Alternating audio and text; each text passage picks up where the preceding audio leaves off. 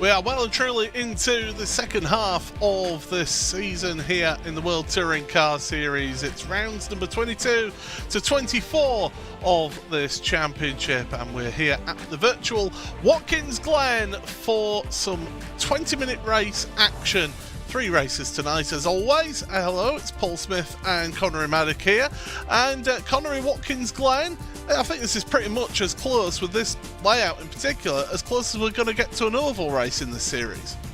Yeah, it's certainly going to feel that way. This one's going to be very fast and very frenetic, with not a lot of room to go wrong in case things do go wrong. So it's going to be very, very interesting. I'm seeing the practice times come in already. They're sort of sitting underneath the 1 minute 14 in terms of lap times here, because we are not using the boot layout of this famous Watkins Glen circuit. We are using what is considered the classic layout, or the NASCAR layout without the chicane. Yeah, absolutely. No bus-stop chicane for the drivers to worry about, so its slipstream is going to be key here tonight. As I say, we're well into the second half of the championship. There you see week number 8 of the series, rounds 22 to 24 here at Watkins Glen. We started off at Barcelona back in July, run through Jerez, Monza, Imola, Indianapolis, Road America, Sebring last time out, and the next week we go to VIR, which is a sensational track, I do believe, one of the best tracks in North America. And then for the final 3 rounds of the championship, it is 3 classic British circuits: Brands Hatch, Donington Park and Silverstone to round out the season at the end of October. Now, championships, there have been changes here in the championship. In the pro standings, Jack Sedgwick takes the lead of the championship by 19 points over Ross McFarlane after McFarlane picked up a penalty last time out. So McFarlane for Pure Sims Esports in second place. Sindre Setsource is 81 points off of your championship leader in third, with David Baker not that far behind him, just 3 points separating Setsource and Baker. There's a little bit of a gap back to Damien Harris, with Wojciech Savinovic, Esteban Rodriguez, Stefan Scheller, Jake Blackhall and Dan Martin to round out the top 10 of your pro standings. In AM, well, it was cooking by CSS driver Craig Williams who's leading that one, but that lead has come down significantly after the crash that we saw last week at the end, the dramatic end of that third and final race. 28 points now just separate him and Andreas Gilman for Impulse Racing. And a Shield, third place, 105 points off of your championship leader Martin Shirley, Damon Mulqueen, Stuart Bickley, Mikey Pollard, Richard Simner, Paddy Faulkner and Maciej Sakovic rounding out the top 10 in AM. Your pro standings, well, it's Pure Sims Esports that have a comfortable lead of 394 points over Semper Racing, with RD Simsport in third, Wave Italy, Carla Esports and Fast Repair Motorsport rounding out the 6 pro teams. And then the Pro-Am teams, it's What's Cooking by CSS that lead that one by 513 points over 3M UK. What's Cooking Racing Adventures are in third, ahead of AI Race Summaries, DCW Racing Yellow, Impulse Racing, AI Race Summaries, DCW Racing Blue, and Team Mad round out the 7 Pro-Am teams. But there you see the S's, and that has been a section of track which has caused all manner of issues throughout the years here in not just in this championship but many other championships, not just virtual but in real life as well. And there have been many scenes up there on an opening of a race that have caused chaos. So hopefully we don't see that. What we will be seeing in just a few moments time is the starting grid for this round 22 of the World Touring Car Series, and it's Sindre Setsource for Was Cooking Racing Adventures in his Audi, taking pole position. 1:13.870 is the time that he set. Wojciech Savinovic alongside him on the front row of the grid for Semper Racing. Jake Blackhall and Jack Sedgwick share the second row of the grid, with Andreas Gilman at the top am. 5th place for him on row number 3, alongside him Dan Martin.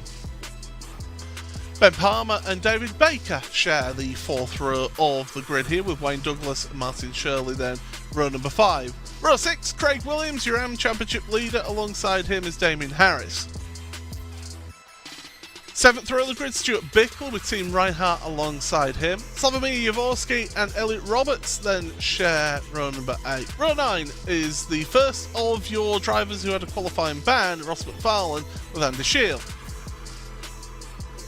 And final row of the grid, Richard Simner and Damon Mulqueen. So that's our 20-car grid. Drivers getting themselves set up on this hazy day here, Connery.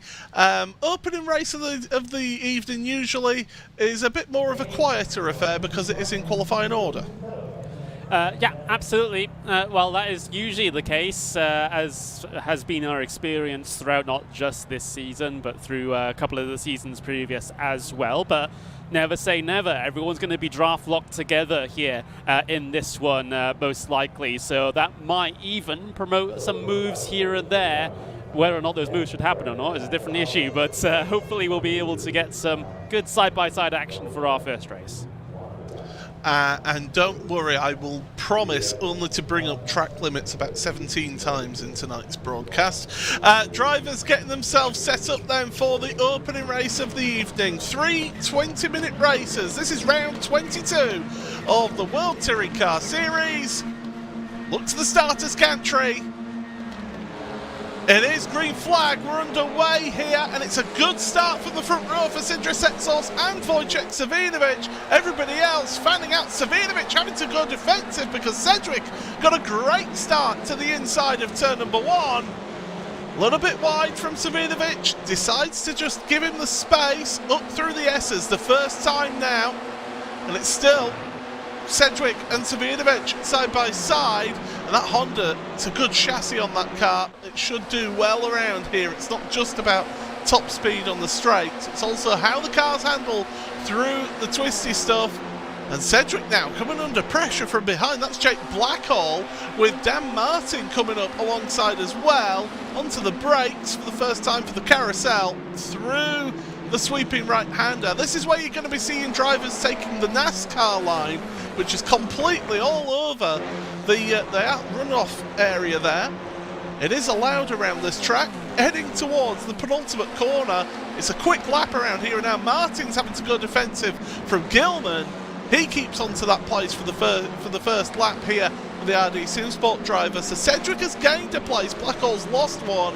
So too was Dan Martin over Andreas Gilman. But everybody still together here, all 20 cars in one pack.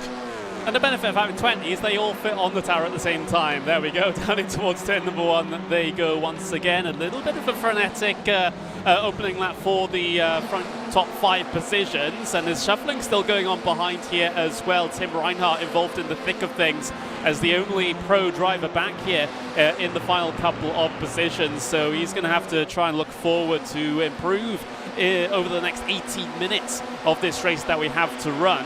I did notice that Setsource pulled quite a significant gap on that first lap, however, steadily being drawn back in due to that slipstream. Savinovic not letting him go just yet.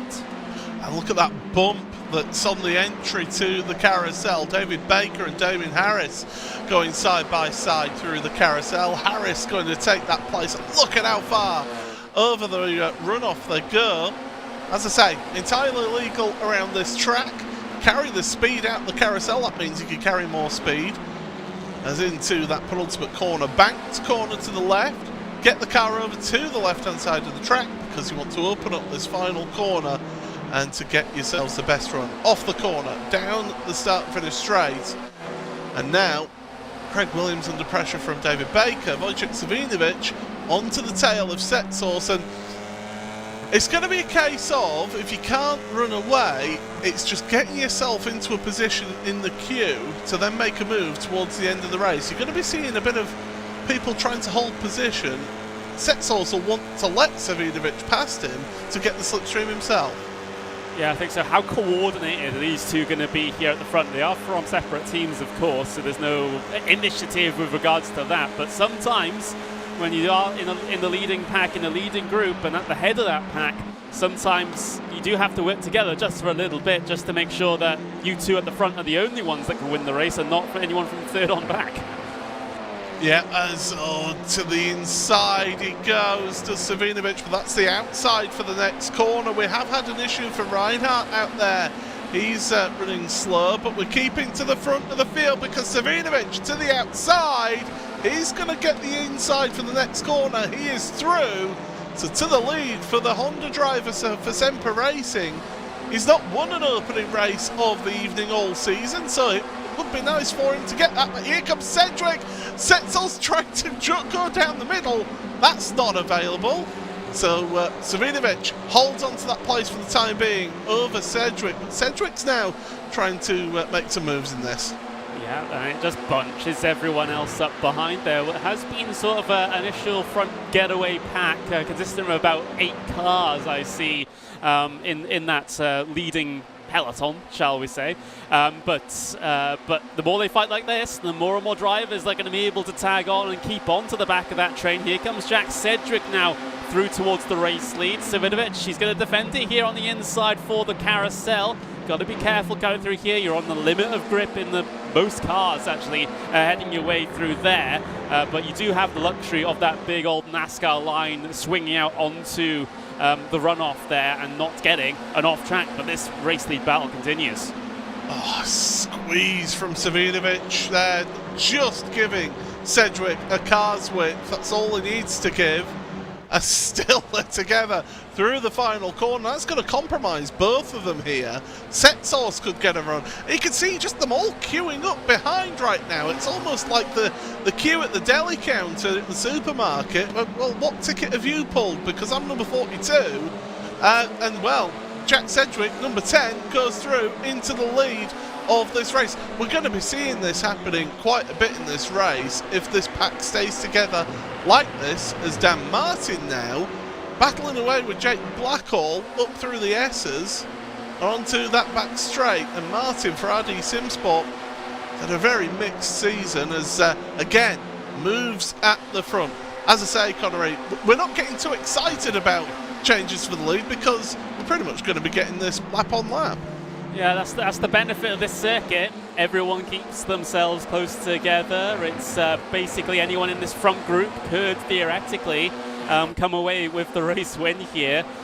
So it's the great equalizer, isn't it? The drafters, the leaders, again, absolutely wheel to wheel in towards the final sector.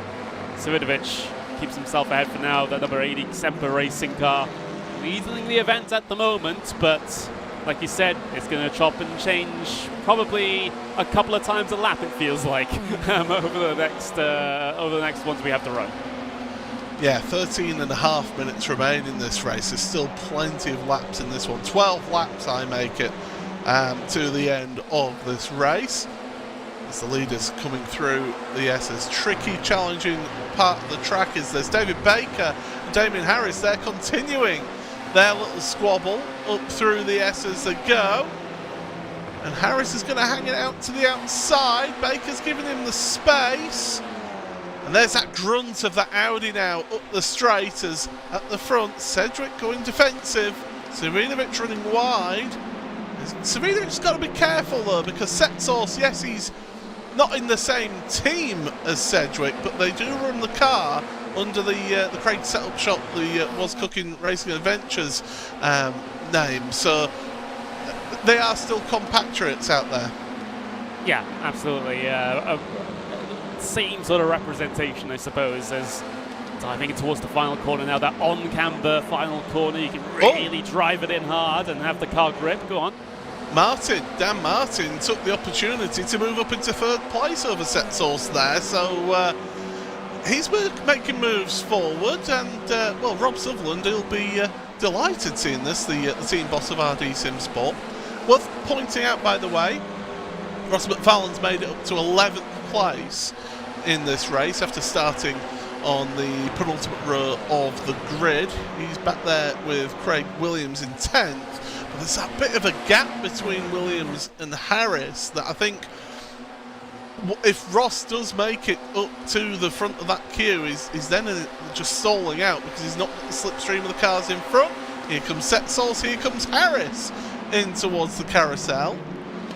And still, together, Harris gets through. Setsource is not having it as easy. Yeah, Setsource, no overlap on the exit of the carousel either, so Dan Martin can position himself a little bit better for the entry to the final sector.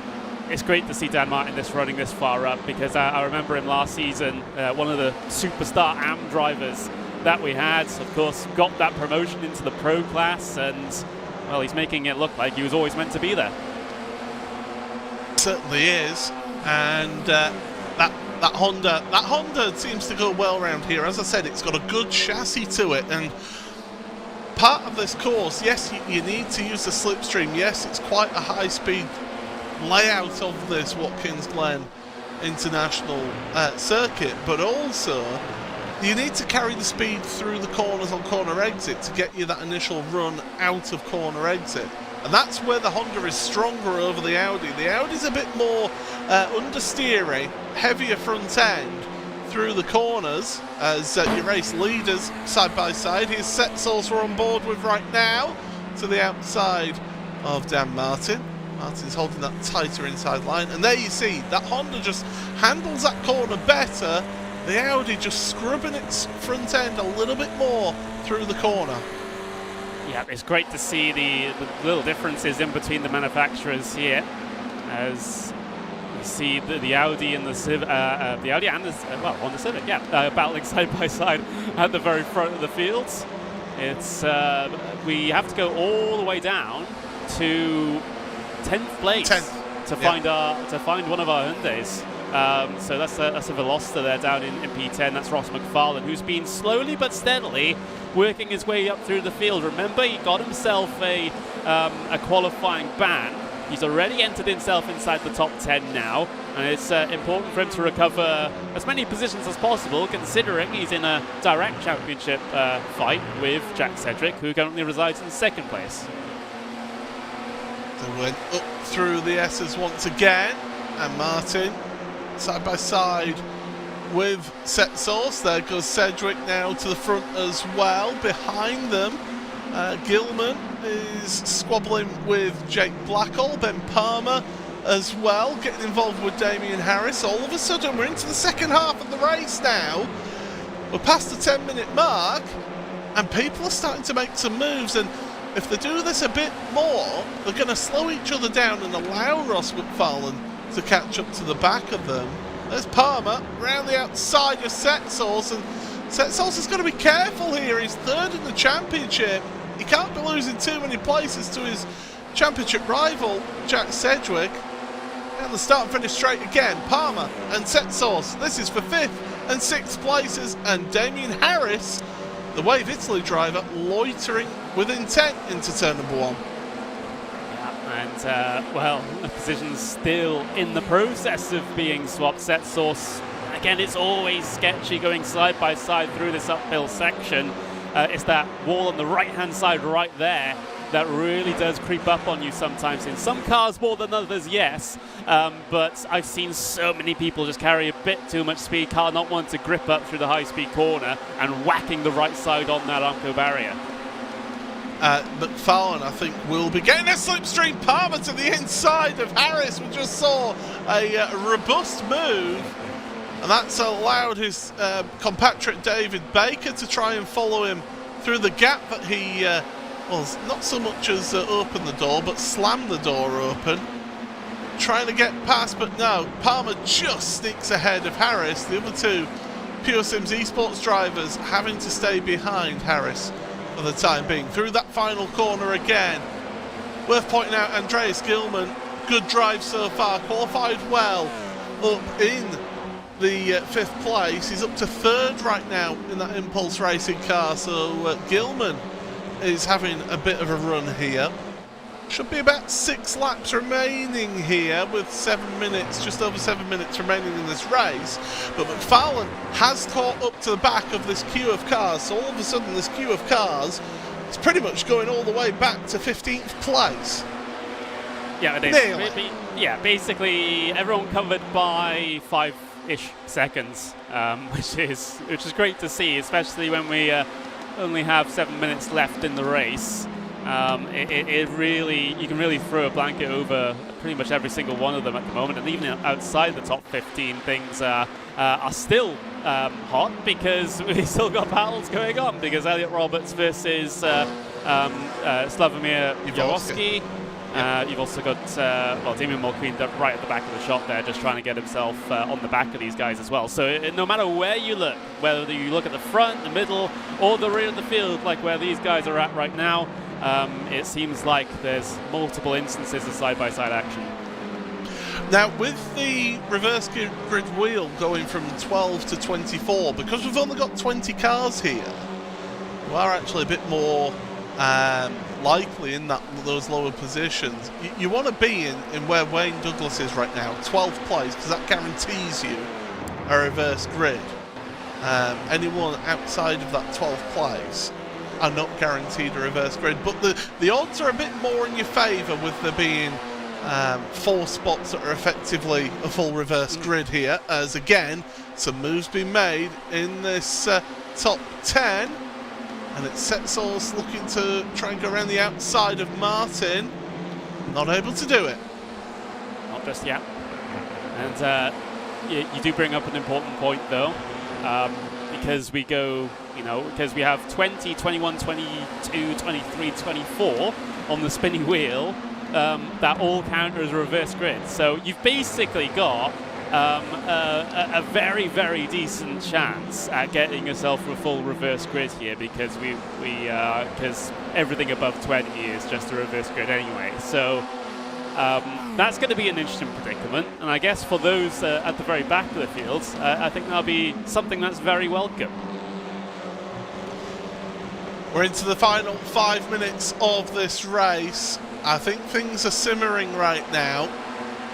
Hopefully it doesn't boil over, but I think people are now starting to make some moves here and trying to position themselves for the final couple of laps of this race, because it will be decided pretty much at the line, will this race, I can guarantee you that. There's Martin going defensive on Setsource, so he's setting his stall. Oh, there's a run! Martin's into the wall! Martin's into the wall! That's him out the race! Wow. Big, big impact there with 4 minutes left to go in this race one. Ben Palmer's stopped as well. Oh, that's what's happened to Ben Palmer. He's upside down. That's a problem. We'll see exactly what happened to Ben Palmer and all that, because we saw what happened to Dan Martin.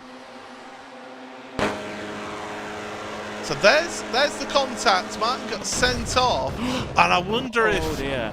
Yeah, that is an extreme case of, and I'm going to say it, netcode. Yeah, it is. I think what Dan Martin did was the Ethernet cable special, basically just to, or the Alt F4, to quit out the session before he bounced back onto the circuit. But however, the game had already made that prediction that he would, and unfortunately it's taken a victim.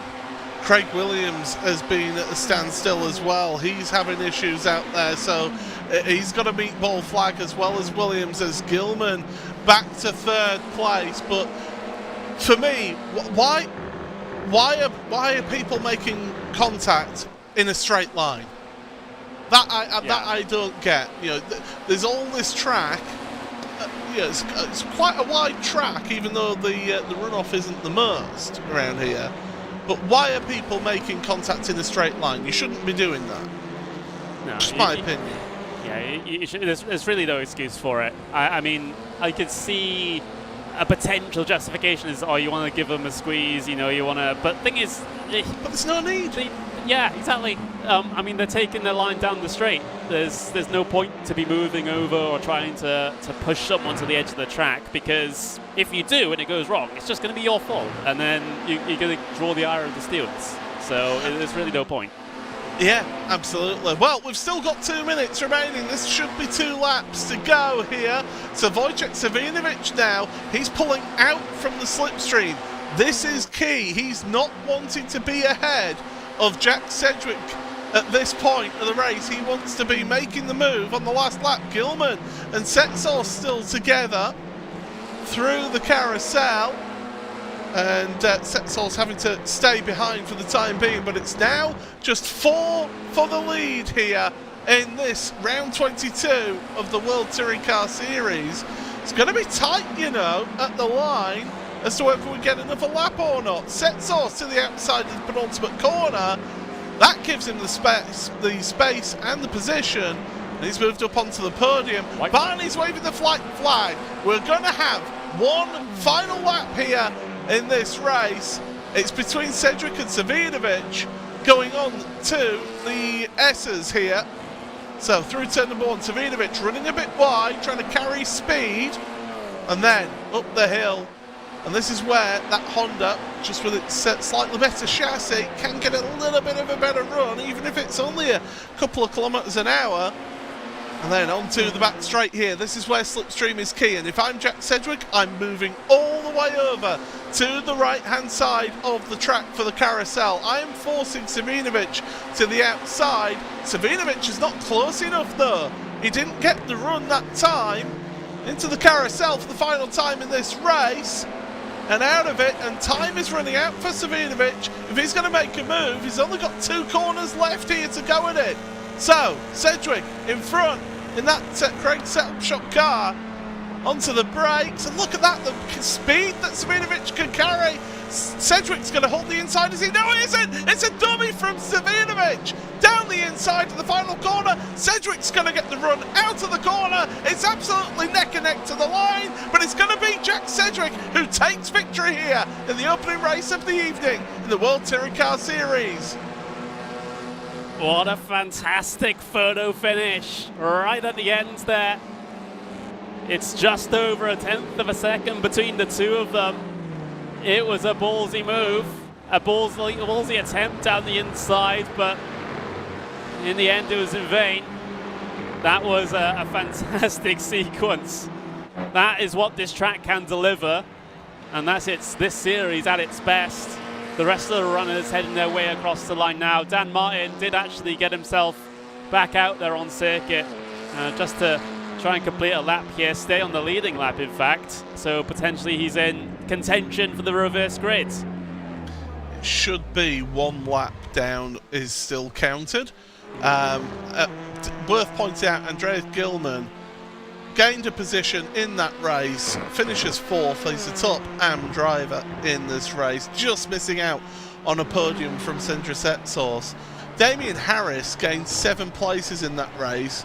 Ross McFarlane up into 7th in the end, gained 10 places. Richard Simner as well gained 10 places.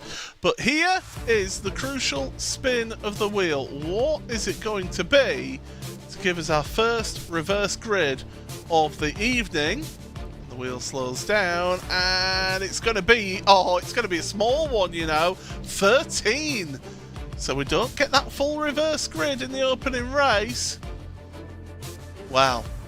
We'll get to see the provisional race results then here for the opening race of the evening. This is round 22 of the World Touring Car Series, and it is Jack Sedgwick, the Was Cooking by CSS team. Wins that one by 1/10 of a second over Wojciech Savinovic in the Semper Racing Honda. Good result for Wojciech there.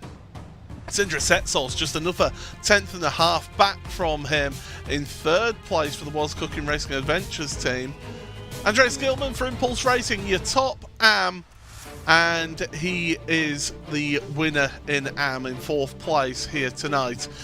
Damien Harris, David Baker, Ross McFarlane and Jake Blackall round out the top 8, with Richard Simner, the 2nd placed AM for the AI Race Summaries DCW Racing Yellow team, and Wayne Douglas for Semper Racing rounding out the podium in AM and the top 10.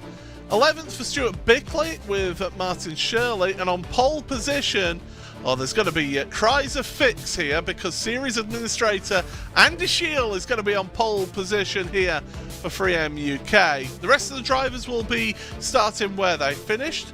Devon McQueen in 14th ahead of Elliot Roberts, with Slavomir Jaworski, and Dan Martin was able to just stay on the lead lap in the end in 17th place.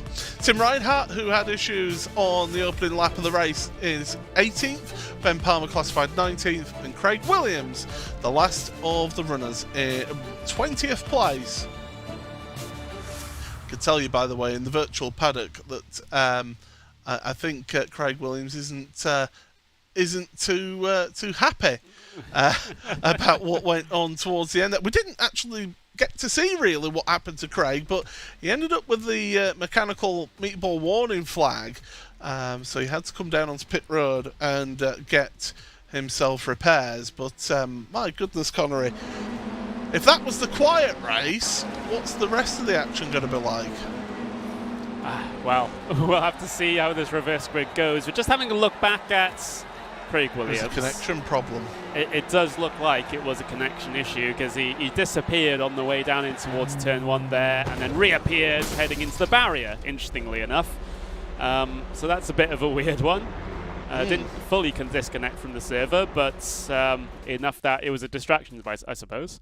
But yeah, that was a great race, probably one of the better first races that we've had so far this season, and just mixing in a reverse grid with that as well is going to add the intrigue, shall we say, because the reverse grid here might, because everyone's so equal at the circuit, because of the slipstream, because of the short nature of the circuit, because of the simple nature of it, people are not too far away in terms of lap times in clear air, at least, like we saw in qualifying. Yeah. So therefore, this reverse grid is much more significant because it's going to be harder for those faster drivers to work through the field because, again, the lap time delta is just not quite there. So they're going to have to pick their way through, try and sieve their way through in a more difficult fashion.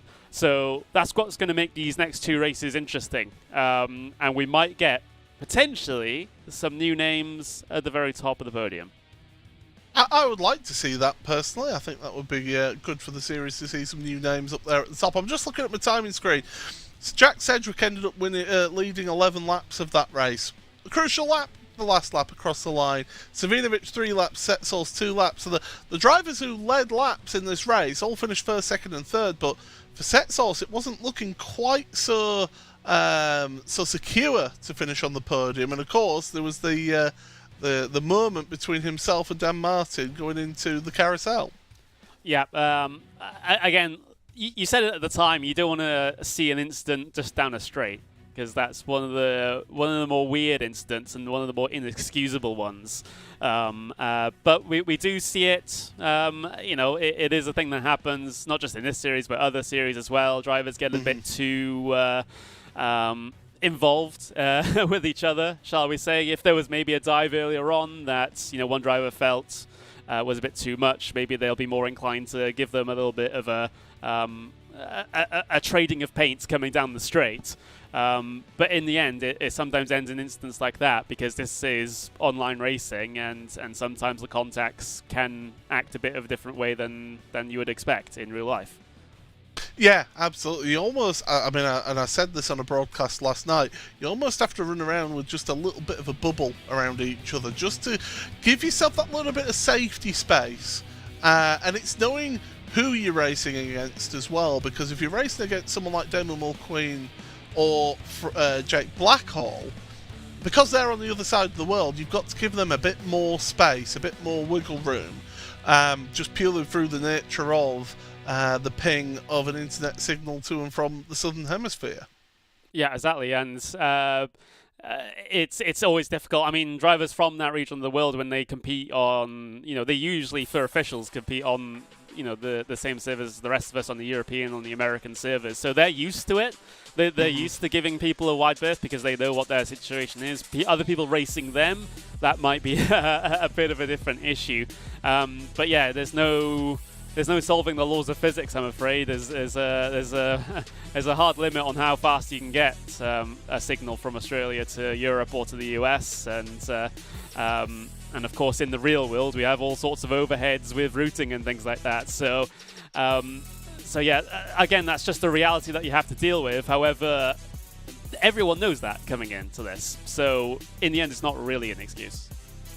To quote the great Montgomery Scott, you can't change the laws of physics. Well, what we are going to be seeing is a reverse grid race, a relatively small reverse grid of 13 cars in round number 23. What we will do is we'll step aside for just a few minutes, hear from the series sponsors, but stick around because rounds 23 and 24 are coming up.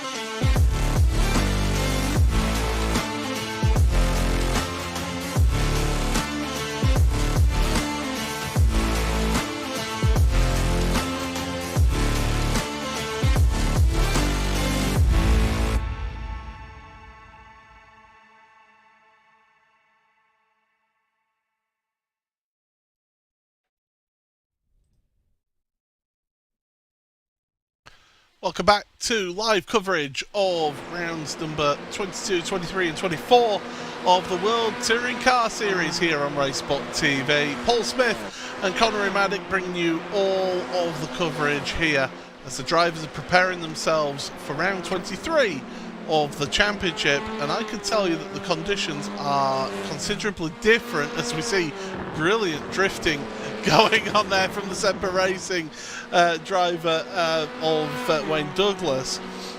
43 degrees track temperature, that is almost 20 degrees Celsius hotter than in the first race of the evening, Connery. Because there isn't too many braking zones, it's not too bad, but long radius corners, that can really affect you with these front wheel drive cars. I'm definitely thinking about the carousel. It does munch at the tyres, let's just say that. So it might be a bit more of a struggle with the performance dropping off a little bit later on in the race this time around. So definitely watch out for that. Maybe the option of just trying to swing it and dive it in towards some of these corners might not be quite as effective here for race 2 as it was in race 1. But we'll see how things go, shall we? Because that race 1 was pretty frantic, and with a reverse grid now, looks like there's a little bit more spice into the situation for the second race at Watkins Glen. Drivers just getting themselves there. A little bit of a warm-up session completed. Of course, it's going to be useful considering the big temperature swing that you mentioned there, Paul. Yeah, absolutely. We were first thing in the morning for the opening race of this evening. Now we're at lunchtime. We're at just after noon in sim time, so that means that the track has had the chance to heat up significantly. The humidity has actually dropped 40%, so there's not as much humidity, so there's no haze in the air anymore, so a bit clearer conditions. I've run in touring car series in the past, Connery, where we've been racing in clear weather and cloudy weather, and then the final race of the season, for some reason, magically, it happened every season, we'd end up with thick fog. Yeah. Almost like the admins were trolling us. Yeah, I mean, there are some tracks where it happens more often than others. The most common one I've seen it at actually is Motegi.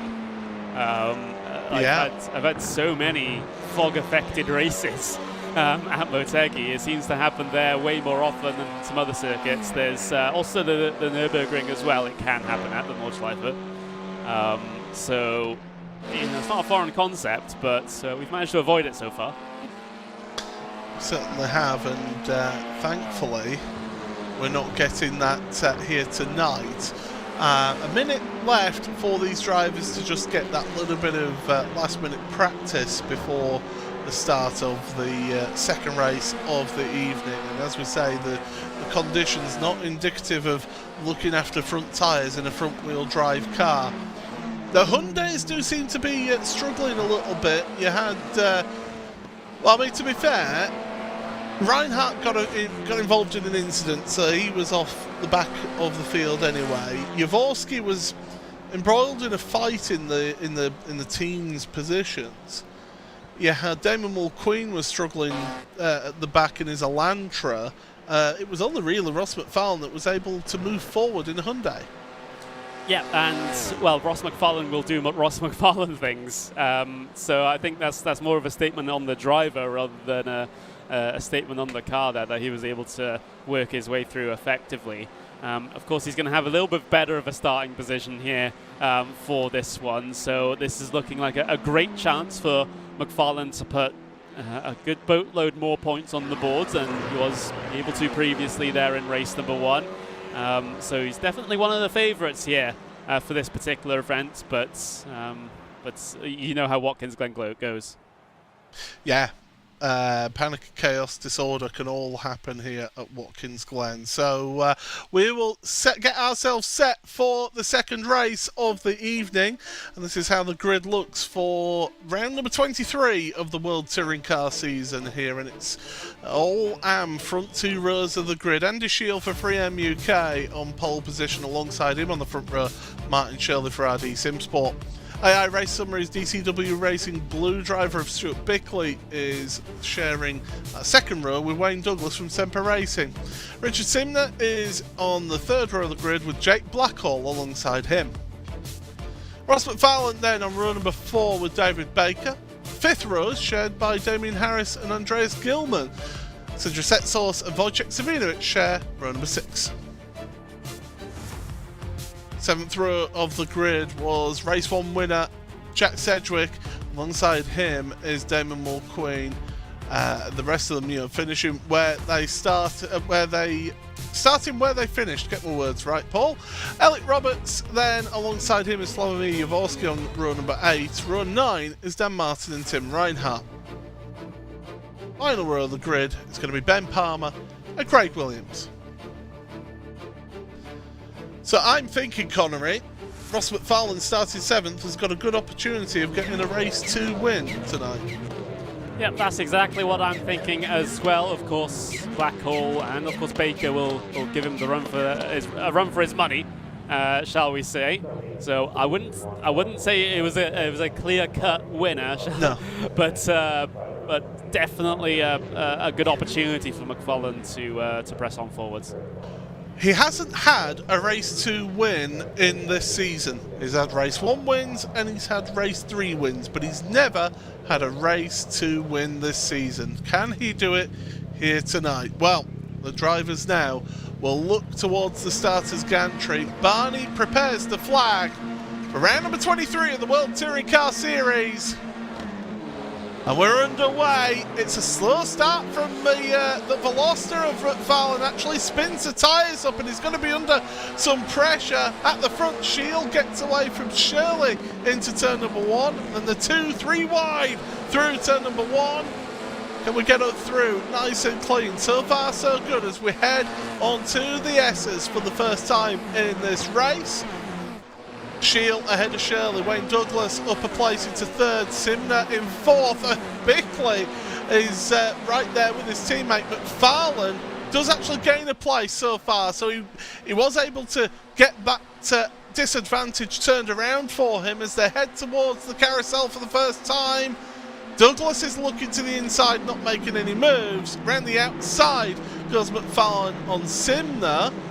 Can he carry the speed in that Veloster into the runoff? And then off it again. Give each other space there. All behaving. Shields under pressure from Shirley here. But no change of position. And Wayne Douglas is sniffing an opportunity for second place here. Shirley to the inside. No. Not for the time being. So it's Andy Shield who leads the opening lap of the race ahead of Martin Shirley, Wayne Douglas, Richard Simner and Ross McFarlane are absolutely neck and neck across the line in 4th and 5th place. And it's going to be McFarlane moving into that 4th place, down into turn number 1. And he gets the move done.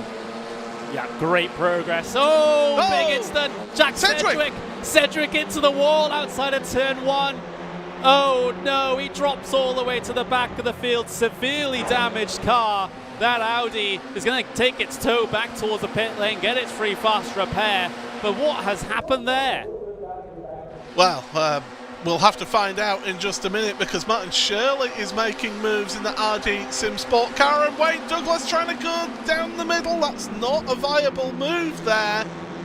We've got more issues. Richard Simner's stopped out on track as well. He's in the wall.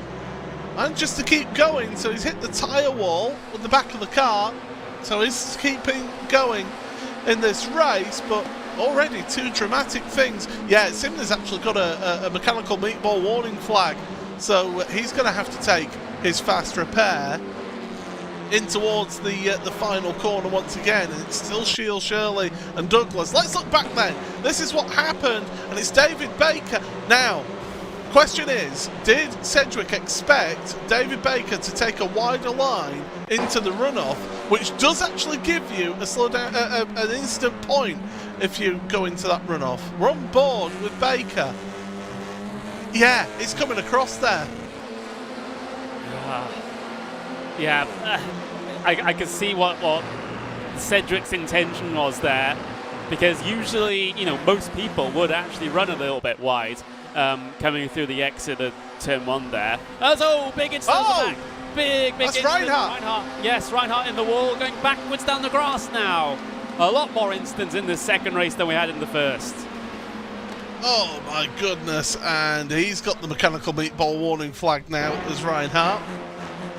Let's have a look. What on earth has happened here then? So he's following the Craig setup shop car of Craig Williams, and he's not realising that he's got an overlap car there. That's what they say. That's going to be Slavomir Jaworski, and there's nothing that Jaworski's done wrong there. It's just that Reinhardt has followed the car in front. It's target fixation almost. Yeah, absolutely, and we'll take a look with it with Jaworski's point of view. Yeah, nowhere you can go really, nowhere you can go, and well that's held. the danger. Yeah, very well held. That's the danger of, like you said, following a car that closely. You can't just follow in their tyre tracks. You've got to have spatial awareness. Yes. You absolutely have to have spatial awareness, and if you have any doubt that there's a car alongside you, especially at that part of the track, you can't expect. I mean, Jaworski had nowhere else to go there. He was right up against the edge of the track. There's moves for 3rd place. McFarlane's going through the inside of Wayne Douglas, gets that Hyundai Veloster stop, but that Honda just seems to have that little bit of an edge through the corners of the Veloster, trying to make the move back, but I don't think he's going to do so, and in fact he's under pressure from Douglas. Meanwhile, Douglas is under pressure. Meanwhile, Shirley is trying again with Shield, and here comes McFarlane. Yeah, McFarlane's on the big charge, diving it in towards that final turn. There's Tim Reinhardt, excuse me, coming down on towards pit lane with terminal damage onto that car, but thankfully these guys do get themselves one fast repair in this series to get back out there. And it's always beneficial being able to get back to the pit lane under your own power, so you don't have the lost time from the toe, as we almost get a situation off of turn 1. That's Bickley and Sividovic involved in that one. Yeah, Sividovic trying to move forward in this. He's only gained 3 places from where he started. And this goes to what you said in the break between the first race and this race, is it can be a bit more difficult to make him way forward in such a slipstream-dominated track. It really can. And we're seeing it, well, maybe apart from Ross McFarlane, who's made very good progress despite his bogging down off of the start. Instant recovery. Up into second place now, but it's been challenged by Shirley down through the exit of the carousel on this run in towards the final sector. I mean, you've already mentioned it, Paul. That's where the Veloster seems to really, really struggle, and every single time pretty much McFarlane's headed his way through there. He's had a Civic right up his pumper, giving him pressure. Now, Andy Shield is, like I say, series admin. He also is racing for 3M, which is one of the series sponsors as well. So if ever there was somebody you do not want to hit on this grid, it is Andy Shield right now. And Ross McFarlane for Theosims Esports is also got to be extra careful, because Andy is also a Theosims affiliated driver. So, you know, you've got a trifecta of do not hit this man. Now, are they going to work together and do a bit of bump drafting at the front to try and help? And it looks like it, although McFarlane to the inside in towards the carousel, he wants to get to the front of this field, and Harris is going to try and follow him through the gap there in his Audi, but no, Shield slots in behind, gets the up and under. Yeah, I mean that's the cornering ability of the Civic, and makes it level on the way down in towards the final sector. Shield giving McFarlane a good run here, but McFarlane will swing and secure that race lead through the penultimate corner. And now Shield has to be looking behind, because Damon Owen Harris has really sort of quietly made his way through the field as well, trying to chase McFarlane as he gets through all of these cars. As Set Source as well is trying to move forward. He's making a move down the inside of Martin Shirley. So the RD Sim Sport driver, after starting at the front of the grid, is just dropping down the order a little bit, but he's an AM driver surrounded by pro drivers, I must say. But up at the front here, Damien Harris. Now he's the thorn in all of this for the Pure Sims drivers. And that Audi, look at the grunt that the Audi has down the straight. He's been saying that he's running with no rake on the car, so that means that it's as slipstream as it can possibly be, and a -4 to a negative rear wing. He's trying everything to get the top speed out that Audi, and it's working.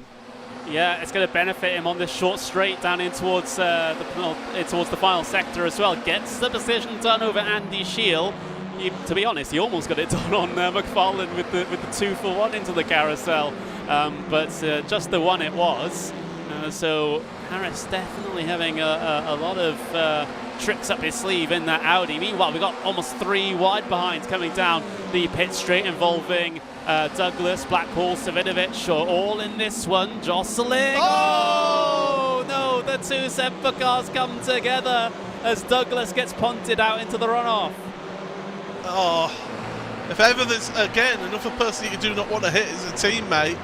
And I was surprised to see Douglas covering the inside going into turn number 1 from his compatriot Wojciech Savinovic. And, well, up the straight now, it is Blackhall and Savinovic going towards the carousel. Meanwhile, Andy Shield has got Sindra Setsource alongside him now. So it's Veloster, Hyundai Veloster, Audi, Honda Civic, and another Audi RS3 LMS. So 3 different manufacturers in the top 4 here. And it's certainly good to see that the mix of cars, the balance of performance is working out really well here tonight. And of course, this series has actually run its own special balance of performance adjustment over the official iRacing one, so that means that we get even closer matched cars in this series.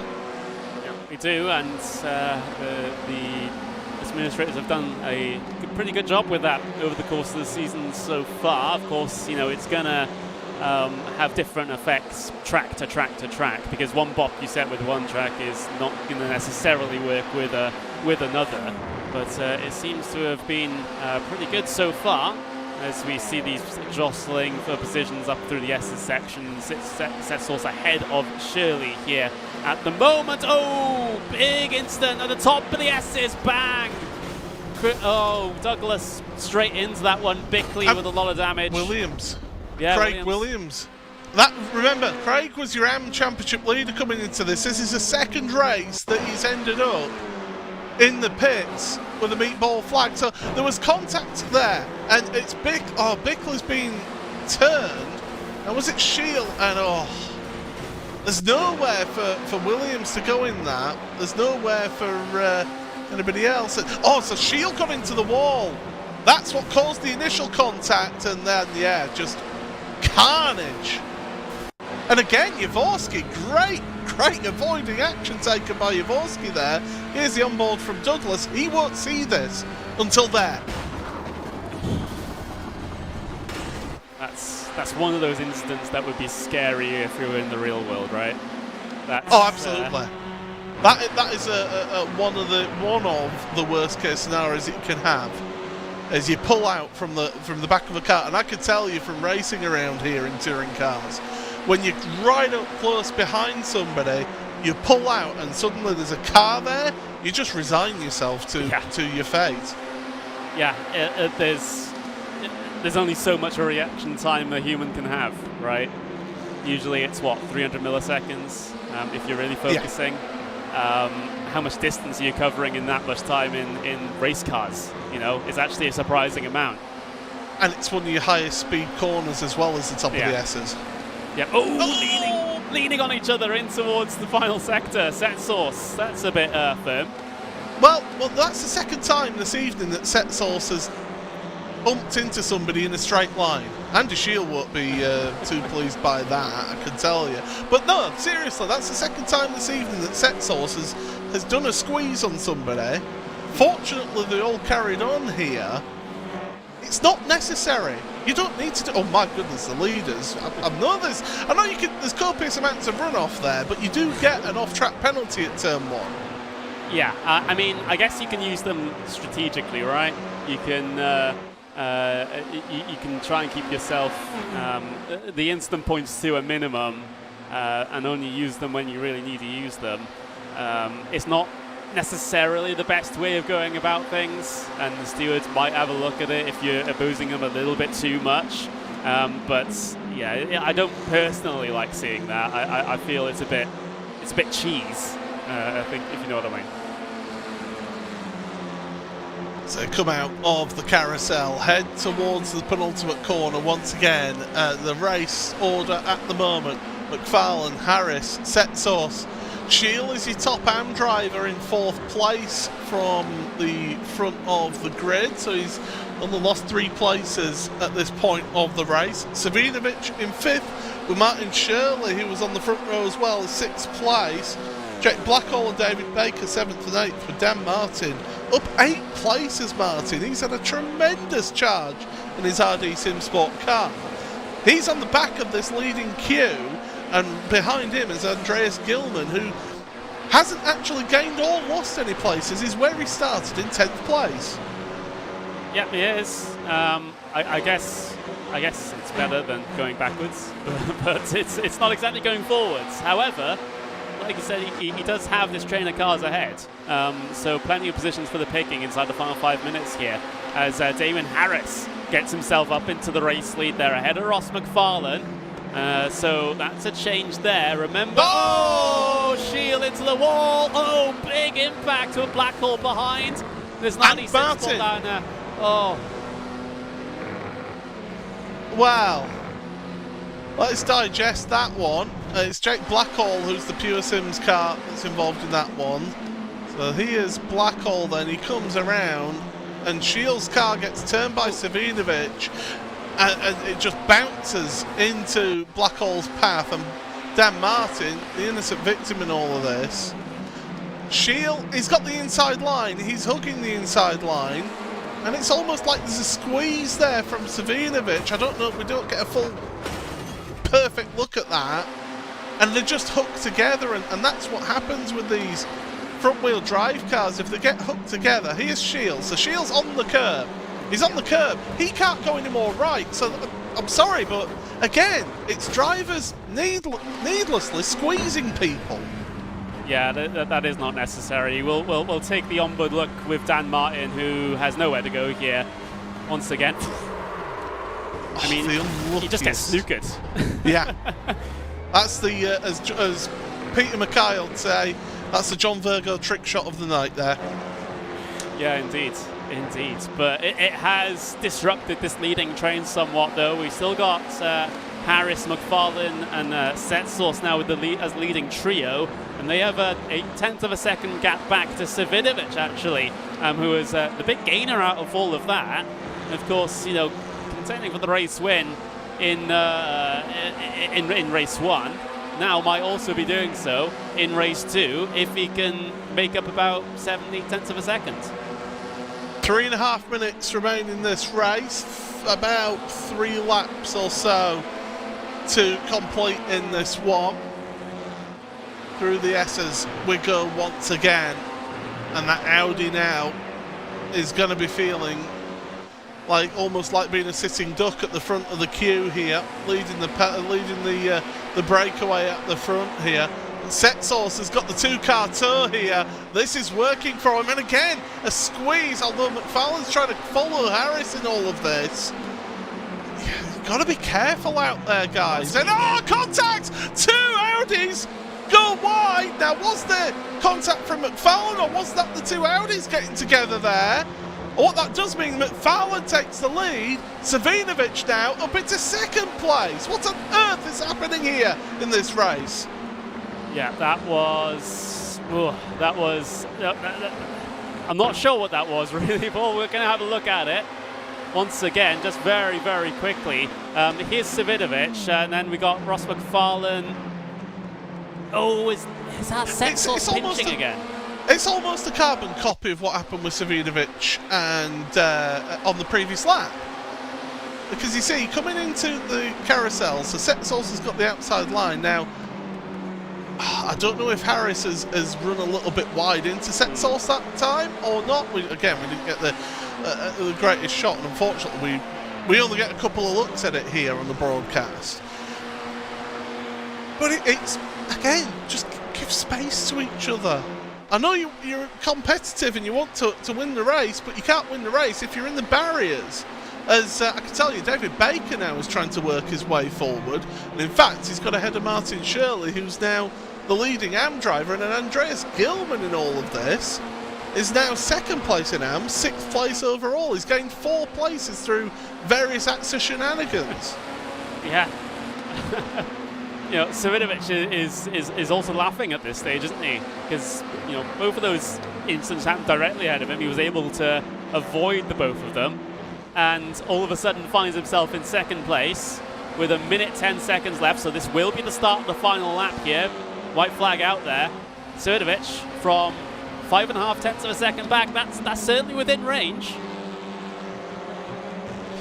It's not easy though. It's not a given from that range, but we do know that Honda does seem to be the best through the corners and carrying the speed as they go up the hill. The final time then through the S's on this race. Don't forget, everybody, you've got one more race to come. If you think there's been enough craziness happen in this race, well, you've got another race to come here. McFarlane, that's acceptable weaving. It's not excessive, is that? He only moved a couple of times when Savinovic was far enough back. Look at how much he's gaining into the carousel. That Honda, so stable under brakes. Has a good chassis, and it's a good turn as well. Here we go, Savinovic. Are we going to see the same move that he pulled on the previous lap? on the previous race, should I say. Penultimate corner, he's got to make the dive to the inside, but I think he's too far back there.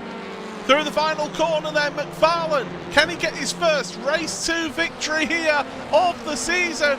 But Savinovic is going to pull out from the slipstream, but it is McFarlane then for Pure Sims Esports who takes victory here in this race. Martin Shirley's going to be the best of your AMs. He takes 5th place overall, so great result for the RD Simsport driver ahead of Andreas Gilman. But Ross McFarlane, well, I said he was possibly a tip for the win in this race. Gained 6 positions, led 9 laps. He's your victor. Yep, and well worked there for Ross McFarlane. This is a race where, well, basically had to win given the opportunity. Starting ahead of Sedgwick, ahead of his other closest competitors in the championship. And the benefit for McFarlane here is that, well, Sedgwick, because he retired, finished dead last. So he's going to gain a maximum points delta he could have here today, in the race 2 at least. However, as we'll go to the spinny wheel here in just a second, if there is a full reverse grid, that does mean Jack Sedgwick's on pole. Not necessarily. If it's on the one lap down that qualifies, then he would not be. Neither would Shield or Williams. And he's more than one lap down. And well, we'll go through the results in just a second, but first we do need to do the spin of the wheel. There you see where it left off in the last race, and the wheel gets spun. Where it will stop, well, we'll have to wait and see. It's slowing down, and oh, it's going to be a big one. 22, so effectively we are a full reverse grid of those that are eligible. And from my recollection of the championship rules, that would mean that Tim Reinhardt would be on pole position. He's had an awful night, but he could potentially be on for a reverse grid pole. I'll double check the regulations in just a moment, but let's take you through your provisional results then here in round number 23 of the World Touring Car Series, and it is Ross McFarlane for Pure Sims Esports, only just by 72 thousandths of a second over the Semper Racing driver of Wojciech Savinovic. Takes victory, first and second place between the two of them. Third place for Sindre Setsource in the Was Cooking Racing Adventures car, and then it's David Baker, 4th place ahead of the top of the AMs, the RD Simsport driver of Martin Shirley. He finishes 5th ahead of championship contender in AM, Andreas Gilman for Impulse Racing, 6th place and 2nd place in AM.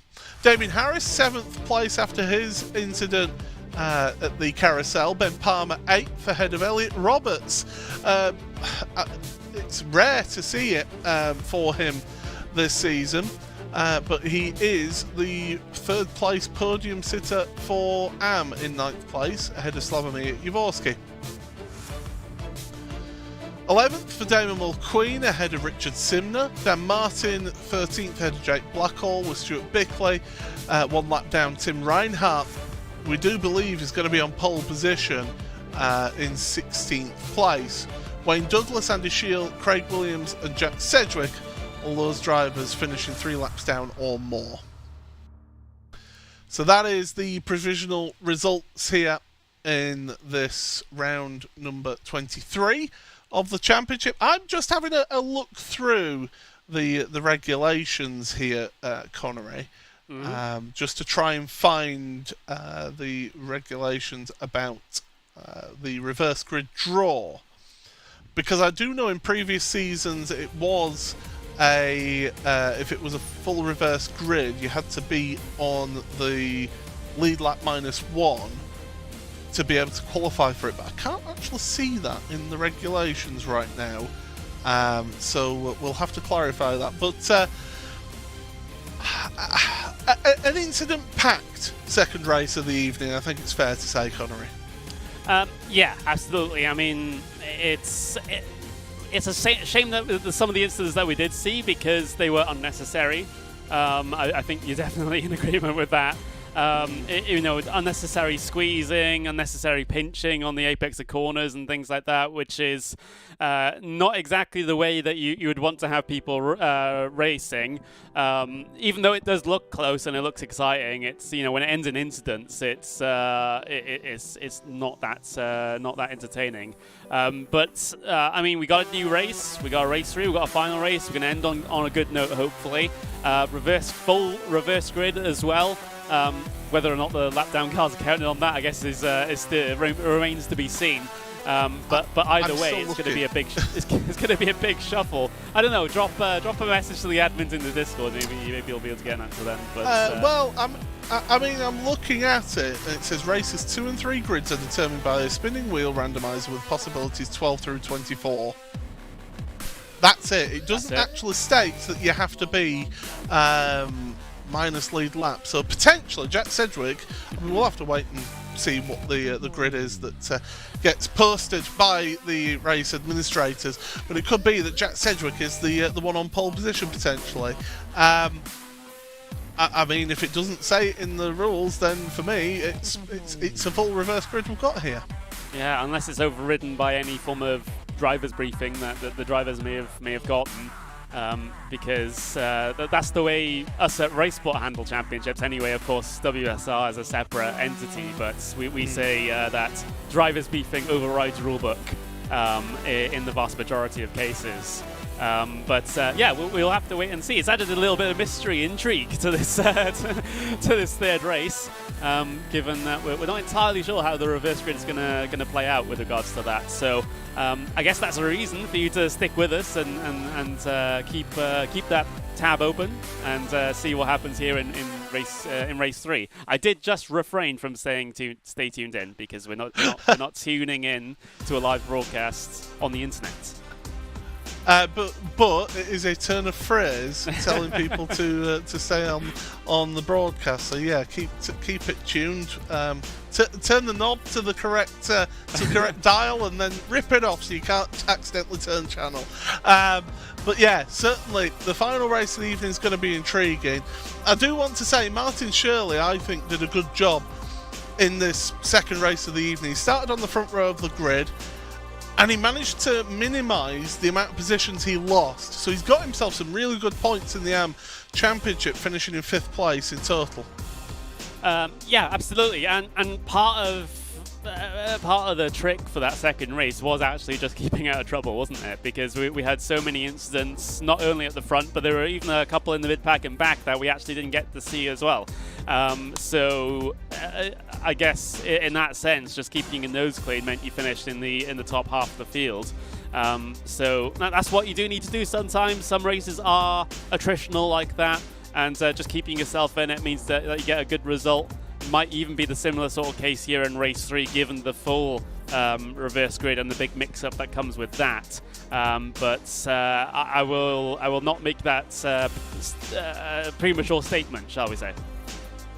Yeah, absolutely. It's hopefully we get a good final race of the evening. It'd be good to finish on a high note here. So make sure you do stick around for us, because the final race of the evening, round 24 of the championship, is coming your way right after these messages from the series sponsors.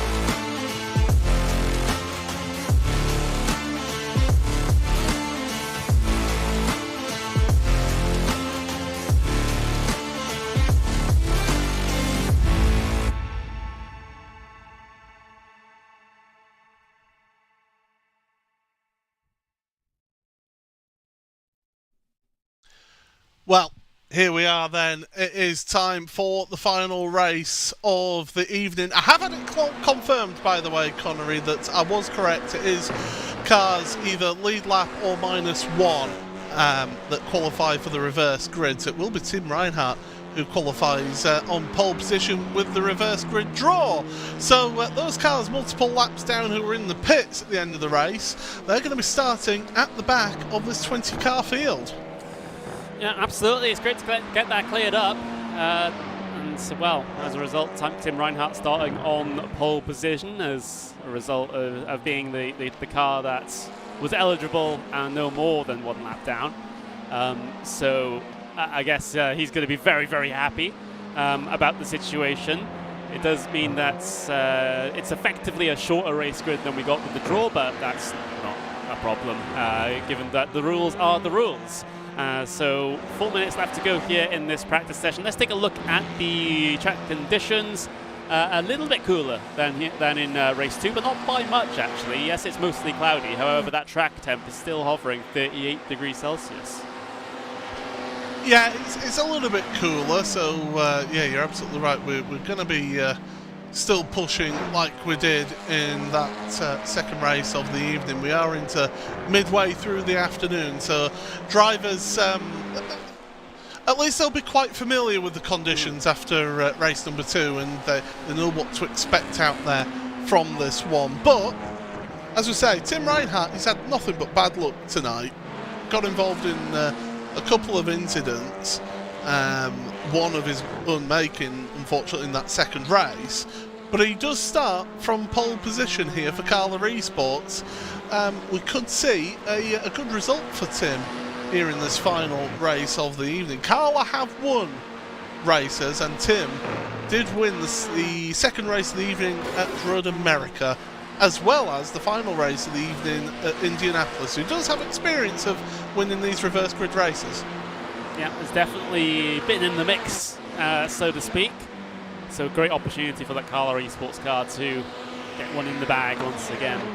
I do want to talk again about that weather, because look at the air temp is 28 degrees Celsius. So if we went mostly cloudy, Paul, that would be an insane track temperature. I think drivers are very thankful at the moment that we do actually have a little bit of cloud cover. Otherwise, that would have been a scorching hot track surface. Yeah, it would have been. It would have been a lot more baked in, that is for sure. I personally, I'm being patient about it, but I am looking forward to weather. We were discussing this. We were discussing this, weren't we, before the broadcast started? And I said, and we'll put this here as well. I can't wait for the really sort of average April day at Brands Hatch, where it's drizzling. It's in the very, very low teen temperatures, and it's that mix of, is it dry enough to be slicks, or is it just damp enough to have wets? That's what I'm looking forward to. Yeah, that's the main thing. I think, you know, fully wet races have the potential to be just as boring as dry races.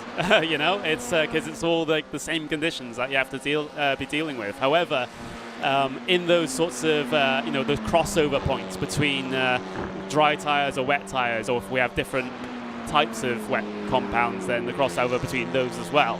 That's where the strategic element comes in a little bit more. The driver's intuition as well of which tires to be on at what point. It just adds another element to the racing. How much it'll affect sprint racing like this, I don't necessarily know. It would be quite interesting to see people having to come down and have forced pit stops because all of a sudden it's tipped it down halfway through the race, which we don't usually see in the World Sim Racing Touring Car Series. Yeah, I mean, I'm thinking this season in the British Touring Car Championship here in the UK, at Donington Park near the start of the season, there was a race where it started raining right when the cars were on the grid, and Nick Hamilton, they made the decision, he was starting near the back of the grid anyway, they made the decision to put him onto wet tyres, and it worked out brilliantly, and he got his best ever result in the championship because of that. So it shows that you can be a hero in races like that, where you've got that mixed weather. So I can't wait for that to come through onto iRacing, but we haven't got it yet. But it will be coming soon, that is for sure. But we can guarantee one thing, and that is race number 3 of the evening here, and the grid for the round 24 of the World Touring Car Series Season 4. Tim Reinhardt for Carla Esports then is going to be starting from pole position, with Stuart Bickley for the AI Race Summaries DCW Racing Blue outfit in 2nd place. Row number 2 is Jake Blackall and Dan Martin sharing that row, with Richard Simner and Damon Mulqueen on row number 3.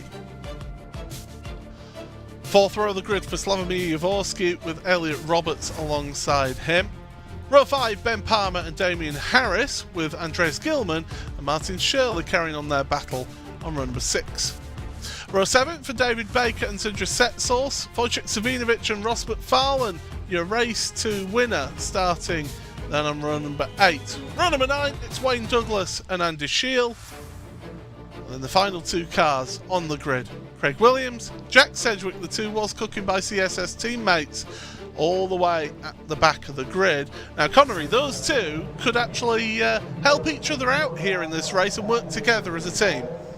Yep, they could have a little bit of tag teaming going on, helping each other with the draft and making space on cars ahead as they try to work their way through the field. So we definitely would want to sort of keep a track on how they're going over the course of this race, that is for sure. But it looks like everyone's got themselves onto the starting grid now. Of course, you'll get a little bit of a warning with that timing bug going yellow just before we start. Yep, you do. So, well, the drivers don't get that warning. We do, though. So, yeah, the drivers are getting themselves set then for round number 24 of Season 4 of the World Touring Car Series. Paul Smith and Conor Maddock here for you on RaceSpotTV. The engine's revs rise. It's a long hold, the green flag waves, and we are away for the final race of the evening. Good start from the front row of the grid for Bickley and for Reinhardt. Into turn number 1 they go. Martin and Blackall are going to go side by side through turn 1. So we go out of turn 1 into the S's for the first time. Cold tyres, don't forget, so just be careful everybody through here. Reinhardt and Bickley getting close. Oh, there's a big slide for Bickley. My goodness, well held and well done to keep it out the wall. Here comes Jake Blackall now with a run, and Reinhardt very defensive to the inside. Blackall's having to go the long way around into the carousel. But my goodness, I think it's going to be a change of underway. Oh, big accident near the back. It's Savinovic and McFarlane. Your championship contender, Ross McFarlane, in the wall and out of the race. Massive down the straight. And unfortunately, that's exactly where it happened down the straight. Another incident where maybe a bit of door rubbing through as they try to get into the braking zone has caused a massive impact, at least for Savinovic, as he headed his way in towards the barriers. But coming towards the end of the first lap, it is Tim Reinhardt that still leads despite all the pressure that he's got from behind. Blackall looking all over the rear bumper as he challenges down in towards turn 1. Andy Shields taken to pit road, so he's had something happen to him. He's got a black flag, so it must be a jump start for him, or a slowdown penalty not served. Through the S's then, Blackall's trying his best to move forward here in this one, and Dan Martin and Elliot Roberts are there. Roberts the best AM driver, and Jack Sedgwick. Jack Sedgwick's dropping down the order now. Your championship leader going into this round of the championship. He's stopped out on track as well as Wayne Douglas. There's Sedgwick's car.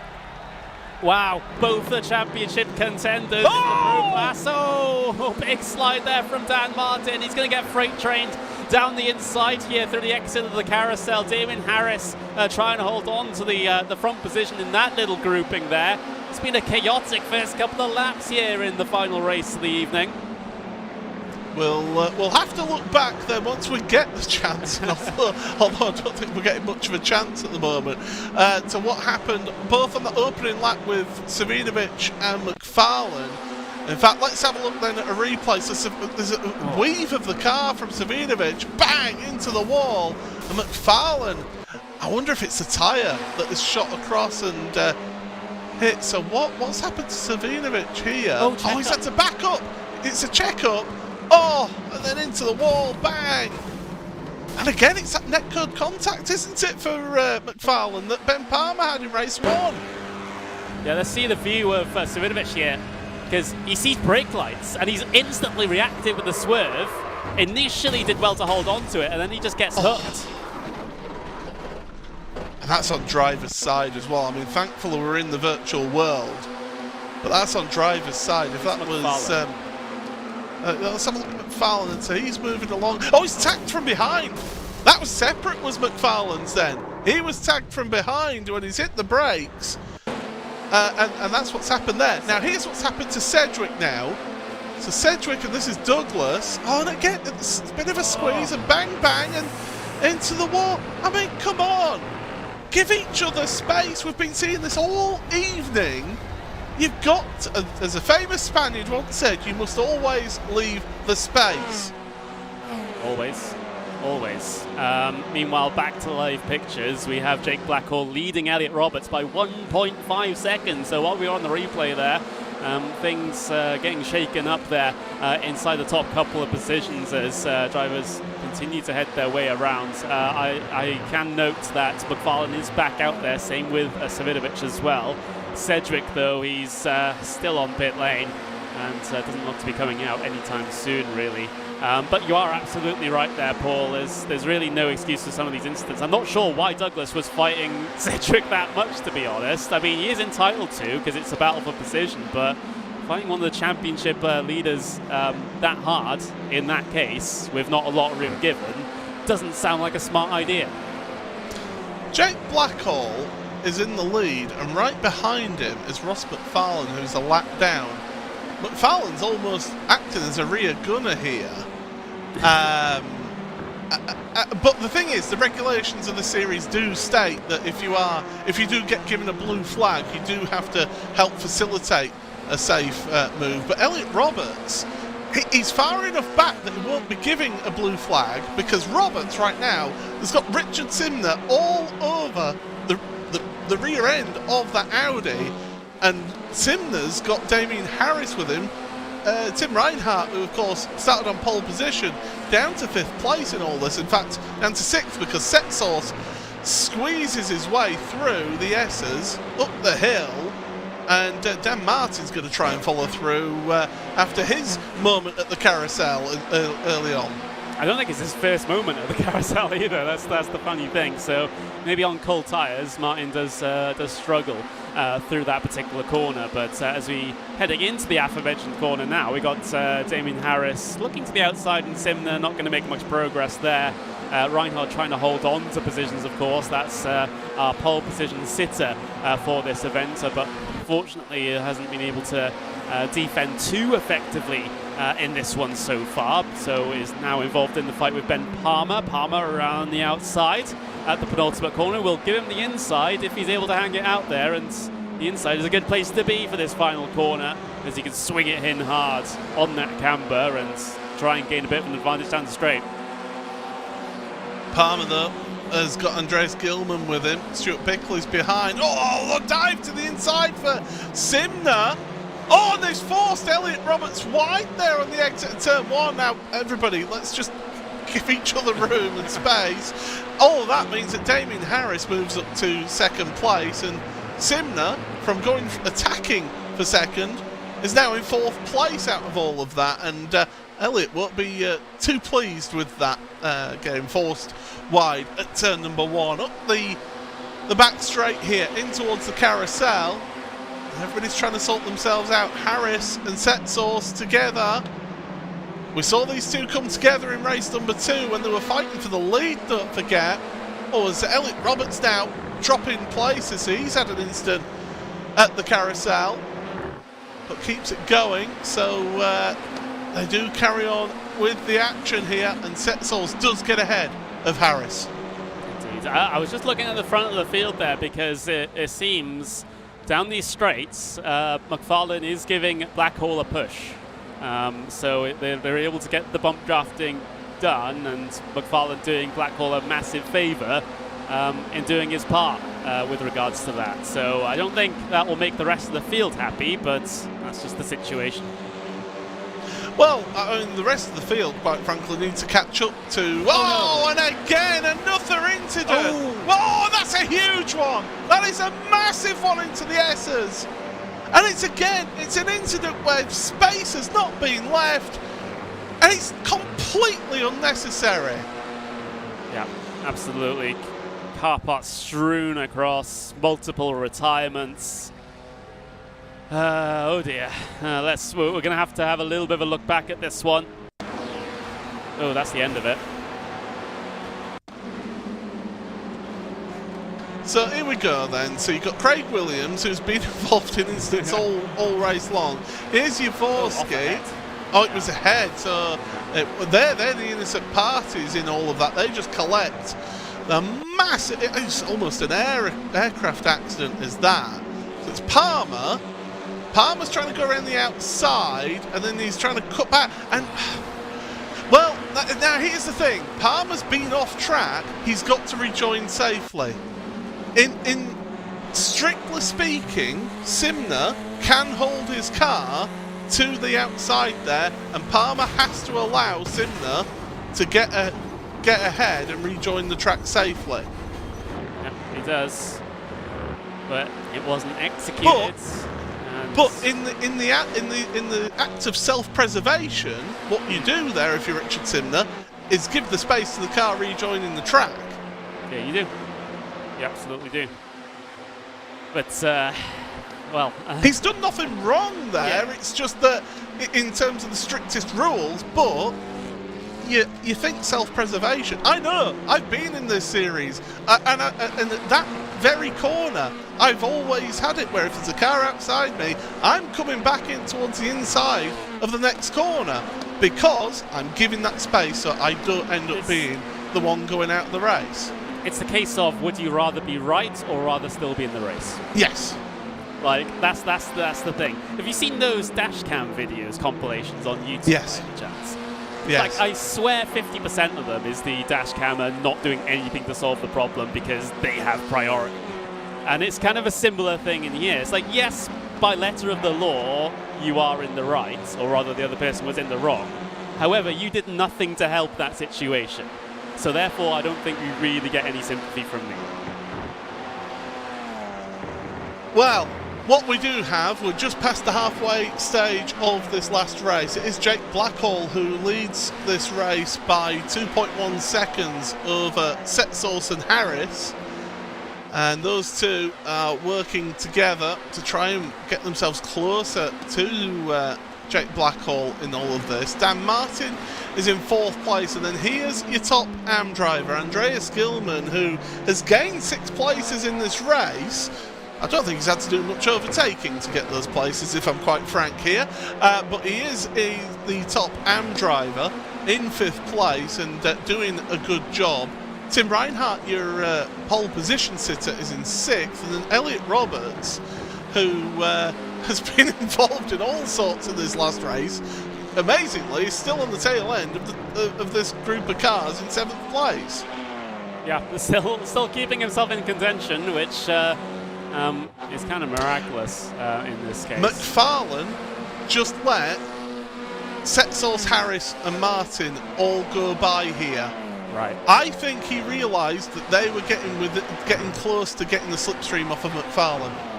Right. Yeah. So, yeah, he's decided. Yeah, he's fallen in behind there, hasn't he? So he was risking being the bridge, I guess, between the P2 and back and P1, because if you have a car in that gap, therefore, you know that means that those 2 cars, Setsols and Harris, are going to be in the slipstream here. But now the gap is 1.6 seconds. Still not quite there in terms of drafting distance. However, there's still plenty of time left in the race to go for things to change there. Yeah, further down the order, by the way, Slavomir Jaworski has just lost a place, and I'm not surprised looking at the state of that Hyundai Veloster there. That car is a mess, but it's still racing. He was involved in that incident. I think he clattered somebody at the bottom of the S's there, and he's feeling the pain from that incident, but he hasn't got the mechanical meatball warning flag, so therefore he's carrying on here. Yeah, I mean, if there's no requirement to come down in, well, I think he's just sort of figured, well, I'll spend more time on pit lane getting this fixed, and I would lose actually still running out here. So if I'm not required to come down in, then I won't. Yeah, absolutely. I'd be doing the same.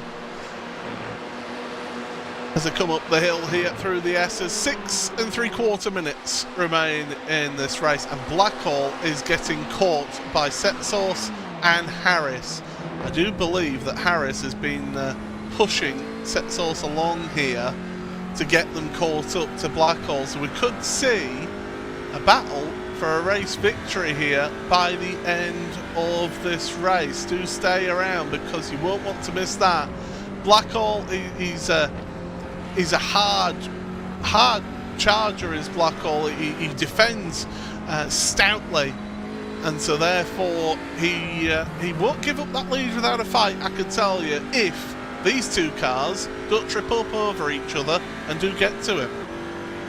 Yeah, Setsource and Harris really, well, they have no choice but to work together at the moment if anyone wants to have a chance at getting a race win here in the final race of the evening. We'll see exactly what the situation is between Setsource and Harris as they come through that SS section and get onto that back straight where they can put in some hopefully effective bump drafting for them. It won't help that Harris has a little bit of a connection glitch there. Sometimes can be an issue when you're trying to get bump drafting done. So, but seems like it's all recovered, and look at that, they're getting down to within a second now. In fact, they are within a second. Yeah, so they will be starting to feel the effect of the slipstream from that Honda Civic. As all the cars run out using the NASCAR line then, out of the carousel, heading towards the penultimate corner here. Blackhall, he's just got to hit all his marks. He's got to get everything, extract every single kilometre an hour out of that car for the rest of this race. These two get into that slipstream, use the power and grunt of that Audi to pull themselves towards Blackhall. With just under 5 minutes to go, we've got 4 laps remaining in this race. It's Blackhall, Setsource, Harris, all battling for the lead. Dan Martin is loitering with intent as well behind them. Andres Gilman is about 4 seconds back from Martin here, so he's not really in contention for a win here. Martin, he's loitering there. He's wanting to get involved, and here's that slipstream now up the back straight, and it is uphill here. So the slipstream will be helping Setsource here as they go into the carousel, and look at just how big that Honda Civic has got in front of him. Yep, getting the push from Harris as well is a massive, massive help. And all of a sudden we have a trio for the race lead with 4 minutes left to go here. Race is on in and amongst these three, and you mentioned it as well. Don't count out Dan Martin in this one as well. The car behind him is McFarlane, who's a lap down, so he won't be a factor in terms of getting involved in terms of changes for position here at the very end of this race. So it is amongst these guys, these 4 potentially, if Martin can catch onto the back. Across the line, 3.5 minutes, that's 3 laps for them, and Setsource is there now. This is the opportunity. Now, he doesn't want to go too early here. He wants to time it right, but the problem is Damien Harris, as much as he's been working with Setsource here, he wants to start moving forward and get into that prime position going on to the last lap here. So where once you had a friend, you've now got an enemy, but Setsource isn't waiting. He's going for the lead very early on. He pulls all the way over to car left. That's going to be into the carousel to the lead. He does. Blackhall slots in between the 2 Audis though into second place. Yeah, going very, very early there for Setsource. I think he's sort of betting on himself to be able to hold on to these positions, or potentially having Blackhall pass him again coming down the back straight next time, and then he can try and get him back a little bit later on. But still, you know, awkward time in the race to try and make those decisions. I'm very interested to see what Harris does here. Does he push Blackhall back to the race lead? Does he try to gain the position himself up into second place? We'll see. Well, if I'm Harris with 2 laps to go, I want to be second place at the end of this lap. That is what I'm doing if I'm in his seat. But there's a reason why I'm not racing in this championship, and that's because these drivers are considerably better than what I am at the front of the field. Here we go then, up the back straight, Setsource going to car right, and Harris pulling out. He's not getting the slipstream. Jake Blackhall is getting the slipstream there. Now Setsource moves across, almost boxing off Blackhall here. Harris has compromised through the carousel, so Blackhall stays in second place. Dan Martin has arrived on scene. He's basically wanting to pick up the scraps here for the RD Sim Sport driver. But we're going to be starting the final lap of the race in just 1 corner's time. And this is the time where Blackhall needs to get a good run out of turn 1 to carry that speed through the S's.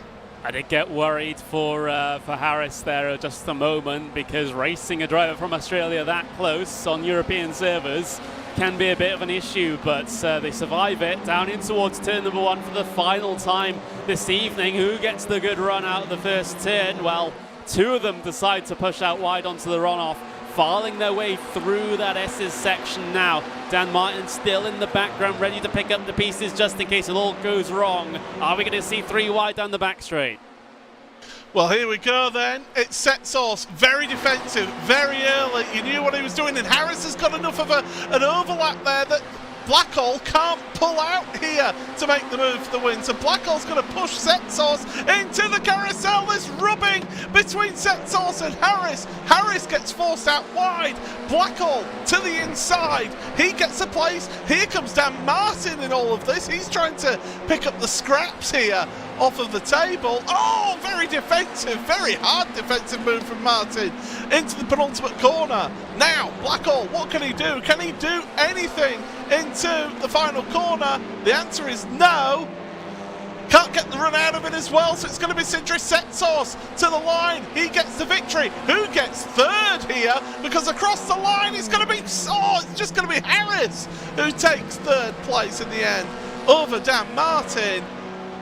My goodness, that was close to the end. It's going to be Andreas Gilman, by the way, who's your best AM here in this final race as well. But good hard charge from Sindri Setsource to get the victory here, as more battling going on further down between Bickley and Martin Shirley. Yeah, absolutely. We've had all 3 race finishes and within a handful of tenths of a second for the top positions. That's pretty good going, if you ask me. A drag race to the line between Bickley and Shirley, which will be won by Bickley by 59 thousandths of a second, actually. That's a closer margin than what the race lead was. But so great action down there. But congratulations to Sindri Setsource for the race win here in race 3. And of course Gilman for the good performance here at AM today as well. Very, very competent showing. Yeah, absolutely, with Craig Williams having 3 nightmare races for the AM Championship leader.